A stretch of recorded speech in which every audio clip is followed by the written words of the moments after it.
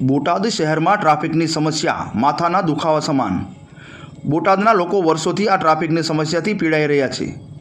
બોટાદના પાળિયાદ રોડ પર અવેડા gate, tower ચોક, હવેલી ચોક જેવા વિસ્તારોમાં ટ્રાફિકની સમસ્યા વધારે રહે છે. પાળિયાદ રોડના માર્કેટિંગ યાર્ડ અને તાલુકા સેવા સદન ગોકુળ મેડિકલ પાસે ટ્રાફિકની ખૂબ જ સમસ્યા રહે છે. અહીંયા હોસ્પિટલો તેમજ મોટા પ્રમાણમાં સ્કૂલો આવેલી છે, ત્યારે લોકોને ખૂબ જ મુશ્કેલી વેઠવાનો વારો આવે છે. આ સમસ્યાનો હલ ક્યારે આવશે તે લોકોમાં મોટો પ્રશ્ન છે. બોટાદ શહેરમાં ટ્રાફિકની સમસ્યા માથાના દુખાવો બની ગયો છે. આ સમસ્યાથી ક્યારે રાહત મળશે તે બોટાદનો એક મોટો પ્રશ્ન લોકોમાં ઉઠી રહ્યો છે. બોટાદમાં એસપી સાહેબની અધ્યક્ષતામાં લોકદરબાર પણ યોજાય છે.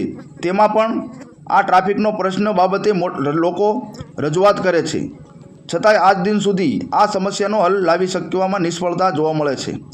SG news Gujarati, Botad.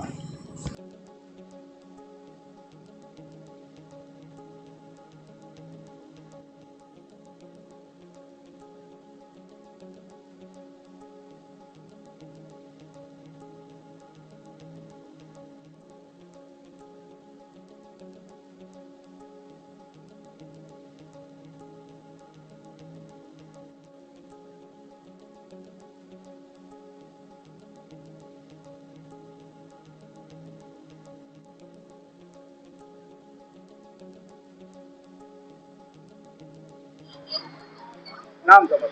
મારું નામ જયદીપ ગોરવાડિયા. જયદીપભાઈ, બોટાદમાં ટ્રાફિકની સમસ્યા કેવી? ટ્રાફિકની સમસ્યા આમ જોવો તો ઘણા વર્ષોથી માથાના દુખાવા સમાન થઈ ગઈ છે.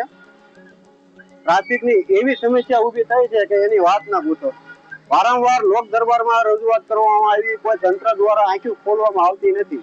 આંખી આડા કાન કરવામાં આવે છે. અને આમ જોવો ને તો 15 વર્ષથી નકરા લોલીપોપ જ થતા પક્ષ આપે છે કે અમે તમને રિંગ રોડ કરી દઈશું, આમ કરી દઈશું, અને જનતાને છેતરે છે.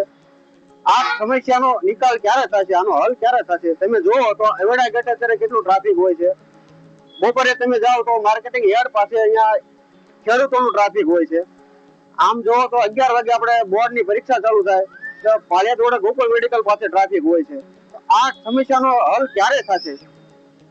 ત્યાં સ્કૂલો પણ આવેલી છે, તેને લઈ કેવી તકલીફો પડે? બહુ હાલાકી ભોગવવી પડે છે વિદ્યાર્થીને. સામે પરીક્ષાના ટાઈમે પેપર નથી દઈ શકતા. બહુ હેરાનગતિનો સામનો કરવો પડે, પણ તંત્ર દ્વારા આંખી ખોલવામાં આવતી નથી. તમારી કેવી માંગ? અમારી માંગ એવી છે કે વહેલી તકે ટ્રાફિકની સમસ્યાનો હલ થવો જોઈએ. નામ તમારું? મારું નામ ગોકુળભાઈ ભગત. બોટાદમાં ટ્રાફિકની સમસ્યા કેવી? બોટાદમાં ટ્રાફિકની સમસ્યા તો ઇતિહાસ બહુ જૂનો છે. આમ ગણો તો સૌરભભાઈ વખતની આવી લોલીપોપ આવે, ગુમડું ભાજપને ત્યારનું થઈ ગયું છે. પછી ગુમડાના ડોક્ટર માણિયા કાકા આવ્યા, રોજ આવી ગયા, એટલે પાછા સૌરભભાઈ આવ્યા, પણ ગુમડું રૂજાણું નથી. એટલે ટ્રાફિકની સમસ્યા તે દિવસની છે.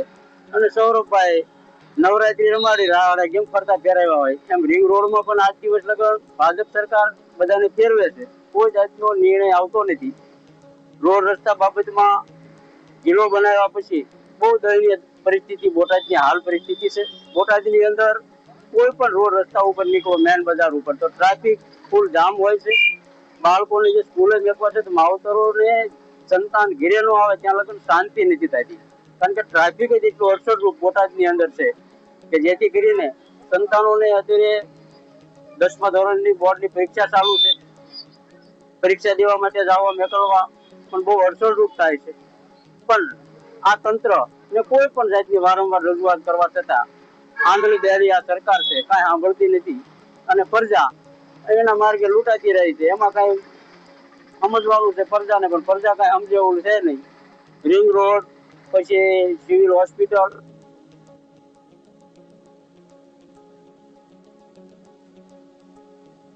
મજા કરે છે. અંધભક્તો છે.